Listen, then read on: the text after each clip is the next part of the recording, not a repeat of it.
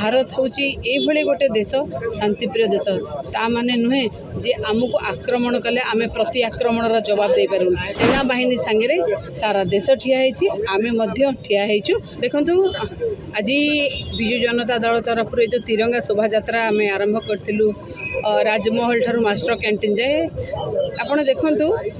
समस्ते स्वतःकृत भाव कोभली भाव में भारत माता की जय करी आसुले ये वार्ता केवल एतिकी जे सीमारे जो सेना बाहिनी लढ़ुचंती तांको सॉलिडारिटी पई तांकर शुभ मनासी तांकर विजय कामना करी आज ये तिरंगा शोभा यात्रा थिला। भारत सबु बेले वसुधैव कुटुंबकम विश्वास करे। भारत हूँ ये गोटे देश शांतिप्रिय देश ता माने नुहे जे आमको आक्रमण कले आमे प्रति आक्रमण जवाब दे पारू ये आक्रमण प्रति आक्रमण जवाब थिला जहाँ सेना बाहिनी दौरान आज सेना बाहिनी सांगे सारा देश ठिया आमे ठिया सेना बाहिनी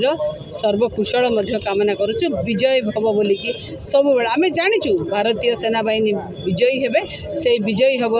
पई आमे जदियो से माने लढ़ुचंती तांका मनोबल को दृढ़ करने ये गोटे छोट प्रयास मात्र।